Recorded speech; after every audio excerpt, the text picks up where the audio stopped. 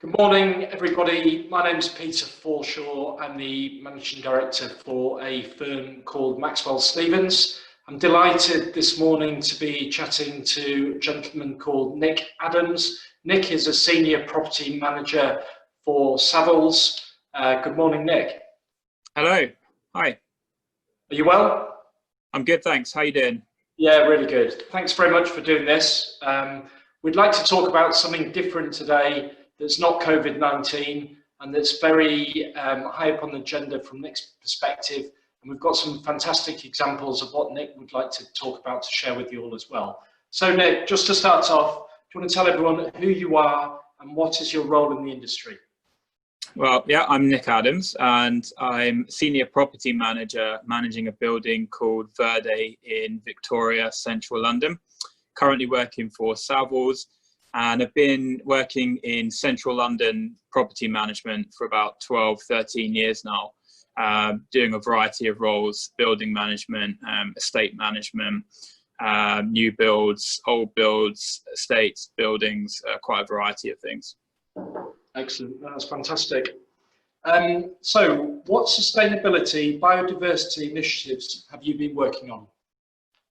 I've been doing quite a lot. So since I've been involved in the industry, I've always worked on recycling projects, and going back to 2008, the first job I had was an assistant property manager role with Broadgate, and one of my first tasks there was to improve recycling. So I've always been involved in that, and I think that from 2008 to now, recycling has become more embedded and ingrained in the culture of office management and property management.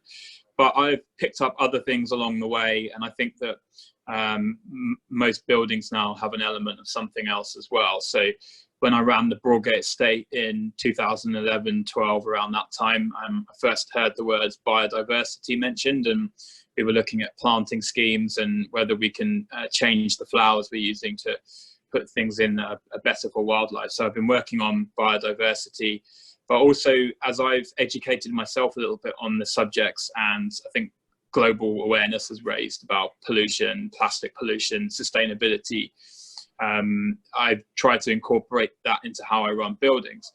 At Verde, I've had a really great opportunity in that this is a building that was built with a green ethos. So got good well-being facilities like cycling and gym facilities, but also it has terraces with, we're really lucky, we've got 6 terraces full of wildflower meadow planting.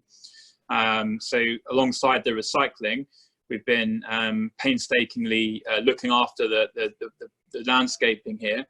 And then as we moved out of the construction and fit out phase and we have more time to spend on the management side of things, we've tried to really focus on sustainability initiatives in the building, and educating occupiers. So one big project that we put together towards the end of last year was a week of sustainability themed events, which held in the reception over 5 days, and it was 5 themes and it was interactive. So we did one on reduced energy,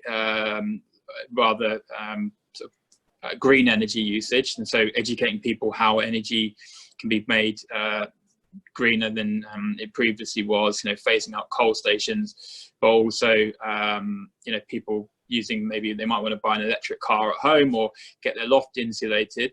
And then we sort of throughout the week moved on to a variety of themes. So we were talking to people about, do they understand the carbon footprint of their diet, maybe benefits of a vegan diet in that regard, also about the dangers of what they call fast fashion, so the carbon footprint of the clothing industry, and why buying 20 shirts at £1 each from Primark every year is a terrible thing to do if you actually look at the environmental impact upon those clothes. And then towards the end of the week, the 2 activities that we had the most interaction with was biodiversity, so explaining to people about the loss of biodiversity globally, but in a local context in the UK, with loss of wildflower meadows and the impact that's having upon pollinating insects, birds, all of the UK's local native wildlife. And then finishing off the week with an event focused around plastic waste. Yeah. So educating people about how much plastic is being produced in the world, how much of it ends up in the oceans or in the ground or being ingested by animals, explaining to people ways that they can change. So we got partnered up with some companies and got some really good products in that remove plastic packaging. So for example, you could have a bar of soap that's actually shampoo, so you don't need to go and buy a bottle of shampoo. You can just buy the bar of soap and put that in a little pot and just reuse that over and over, and handing out samples of these. And that was something that a lot of people were really aware of. I think that Blue Planet had raised a lot of awareness about that, and people were trying to make their own changes. So they were really grateful for that assistance with that. But also we have been doing an initiative here to try and remove plastic from our supply chain. So we changed our milk deliveries from single-use plastic pots to glass bottles that get delivered by a dairy and picked up and taken back, washed out and used again. And we got a couple of the other companies involved in the building, some of the occupiers. And I think by the time of the event, we had about 1,000 pieces of plastic that we'd saved. And what we were then able to do is retrieve from the waste 1,000 plastic bottles, wash them up so they didn't stink, and then throw them all down in reception during our event. So there's, I think you've probably got a picture of it to show later, that there's a huge, almost like oil slick of plastic. And as everyone was coming out for their lunch, they're like, what's that? And we were able to say that's 2% of the plastic that this building's offices use on milk deliveries only every year. And when you see how big that amount of plastic is, and you're told that's 2% just for the milk deliveries, just for the offices, it goes to how much. I'll share that picture now just while you're talking, actually. Oh, yeah, do that. Plastic bottles. Yeah, so that was just, probably about 5 or 6 meters across, actually. And that was just a really, really small amount of the plastic that we found we were producing. And, that's not including coffee shops and supermarkets here, and then all the other plastic that gets used up in a day-to-day office running, people going out at lunchtime and buying bottles of Coke or Ribena and stuff. And so we really wanted to show people just how much rubbish we produce, and show people that's rubbish we don't need. That you can get a glass bottle and you can reuse it 30 to 40 times on average before it will break. This plastic can be recycled up to 10 times usually, and then it will degrade to such an extent that it can't be used again. So it wasn't just saying plastic is bad, because in some situations plastic is good, but trying to teach people that this single-use culture that we have, this throwaway culture, is something that we all need to eradicate. And it's your coffee cup in the morning, it's the carrier bag, but it's also every other aspect of our lives, and the way we live has to change. So that's what we've been trying to do here, is educate people. And the last thing we did then on the back of this was we made some artwork. I think you've got pictures of as well. So we had some bees made out of old tires, scrap metal, and then on the theme of plastic, we had an albatross, which was feeding its chick plastic waste from the building, and that was an image from Blue Planet. So the bees, I think you've got a picture up now.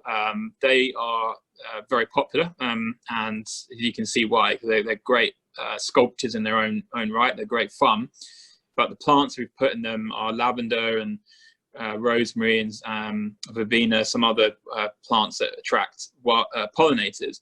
And the plan is that we will put signage up to say to people, yes, this is a nice sculpture to look at and we all love bees, but actually there's a message here, which is that we need plants and we need habitat and wildflower meadows back for these animals. The organisation we work with, we're called No Time to Waste, and they are 3 really talented artists, as you can see. And they create sculptures that raise awareness about animals that are going extinct or under threat. So at last year's Glastonbury, they did a massive pangolin, which is a animal that's going extinct. And then they also did a massive turtle, which is now based at London Zoo, I think, and made it into an interactive exhibit that kids can go in and learn about turtles and how they're being impacted by plastic waste in the oceans. So it was to do a bit of arm twisting to get them to come and work with a horrible corporate monster like me, but they were interested in, you know, the idea that we were going to do this as an education piece, and that we were going to try and get some school children to come up in groups to come up to our building and look at how, even in what appears to just be a huge block of concrete and glass, you can incorporate areas in for wildlife. And also, you know, we would do some educational stuff in reception with the picture of the albatross. I think if you can bring that up as well, that was more for the occupiers as well as the school children. And, you know, we wanted to put something in that again had artistic merit in its own right. You can't see it necessarily from this picture, but it's a really beautiful sculpture. But it is a little chick being fed plastic, and this is what's happening to ocean birds all over the planet. You know, birds are being fed plastic.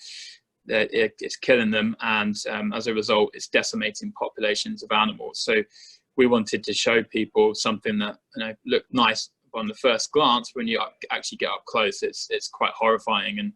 And we did use some of the plastic from our building as well, just to kind of link it in with the plastic that we use. And those are the same milk pots you saw in that previous picture. They've now been turned into feathers on the animal. So it's about asking people to engage with the subjects and to think about them, rather than just doing something as a token effort. When did you become aware of these issues, Nick?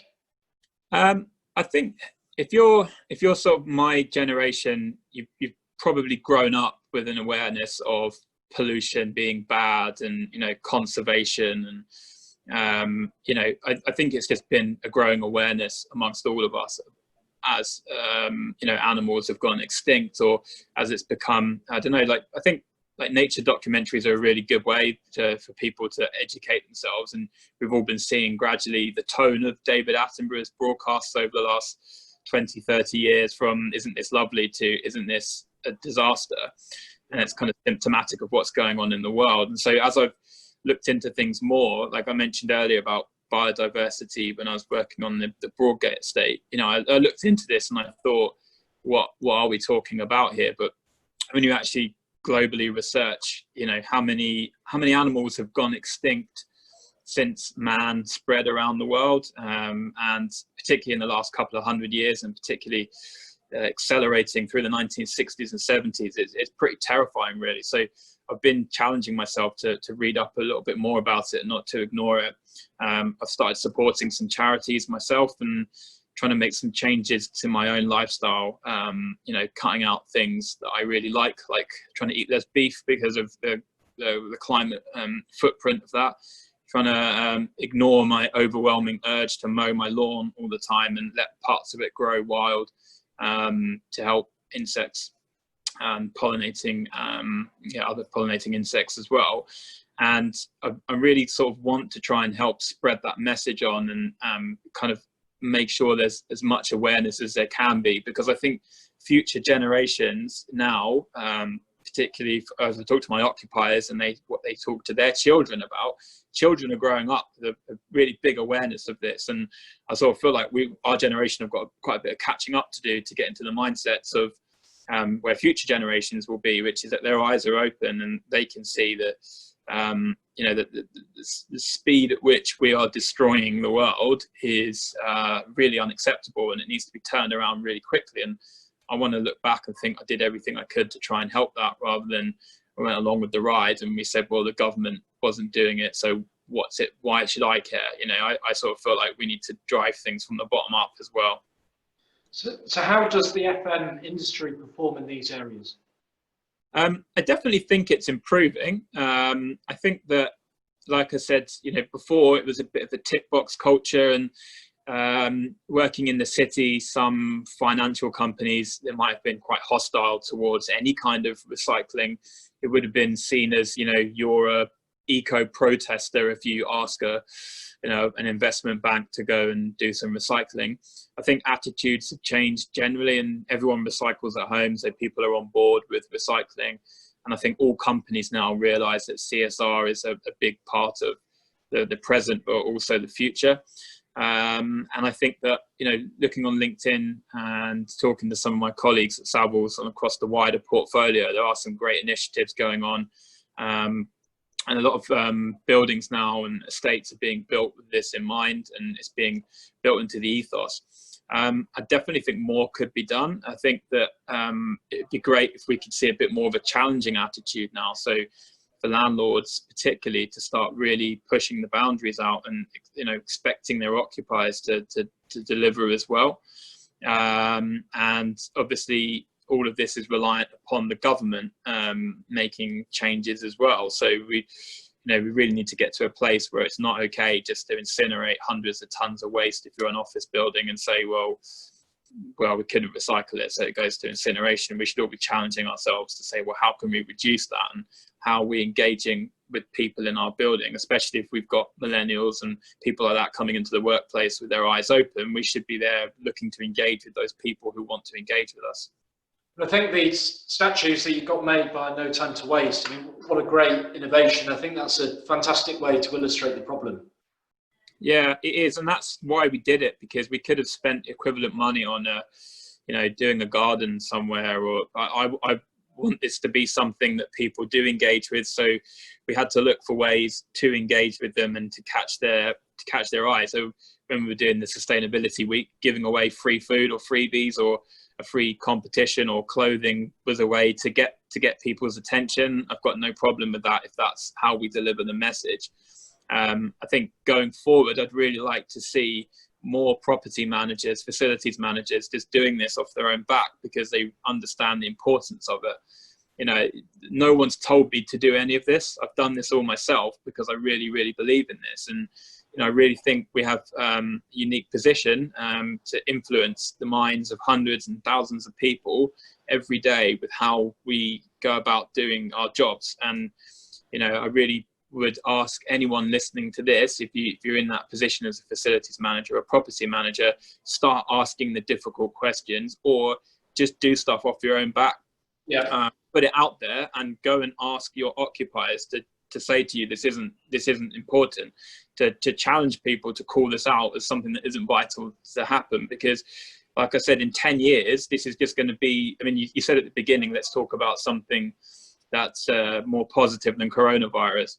This is much worse than coronavirus. I'll tell you now that, climate change, loss of biodiversity in the planet, and the future of the human race being able to live in a sustainable way is a much bigger challenge than coronavirus will ever be. And, that's the challenge that's coming now. And you can hear the volume increasing more and more day to day as we hear about weather reports and we hear about more impact upon the world. So I just think, if we're going to be dealing with it in 10 years and 15 years and 20 years, why aren't we dealing with it now? And why don't we all lead with it now? It doesn't make sense to me that this isn't, the number one agenda item on every meeting. I personally believe there's no better time to illustrate this sort of point because of obviously what's happened to the world. The facilities professionals are now regarded how they're duly supposed to be, have always been regarded. They've been given the sort of prestige and the authority and drive and enthusiasm from their boards, and they've illustrated how capable the industry is by dealing with all the situations that go on. So hopefully off the back of what's happening in the world, something more positive in terms of the environmental impact can come about. Yeah, and I think as well, we've just spent the last 6 months on the edge of our seat listening to every single word that the chief scientific officer of the UK has said, and we're following the science, and it's all about science. Well, if you talk to any scientist in the world, they will tell you the truth about climate change, and they will tell you the truth about biodiversity. And I don't know why we would now go back to ignoring those people after this. We have to make massive structural changes to how we live as a race urgently. And it would be great if the FM industry and property management industry was leading the charge on that. Yeah, fantastic. No, I think, Nick, you're a shining light to the rest of the industry. Let's hope others follow your lead. But I think what you've done in the sculptures are absolutely fantastic, and your beliefs, full credit to you. Thank you ever so much for being here this morning and sharing all your sort of good work with the rest of the FM community. And if and when People ask, are you able for me to share your contact details in case anyone needs any help or advice? Yeah, definitely. I mean, I think some of the ideas I got, I heard from other people, and, you know, working groups and so on. And this doesn't need to be a formal mechanism. If people are doing stuff and they want ideas or they want resource, or, you know, they, you know, want to share best practice, people should just be doing it. And I'm on LinkedIn and available to talk, so you can share my details to anyone. And, you know, if someone's doing something that's good, just shout about it and talk about it, because there might be 20 other building managers that will adopt your idea, and anything that works, we should be trying to spread it. Think about those milk bottles. That's one, you know, and how many bottles we had in that one picture. We'll think about if we did that in 100 buildings and we got, you know, 10,000 bottles, and, you know, we could save tens of millions of plastic bottles every year just by getting the word out. This is something that you can do. So I really feel like as much collaboration and talking about it as possible is the key to success. Fantastic. I've really enjoyed speaking to you this morning. Thanks ever so much for your time. Keep well, and we'll chat soon. Lovely. Thank you. Cheers for your time. Okay, bye. Bye.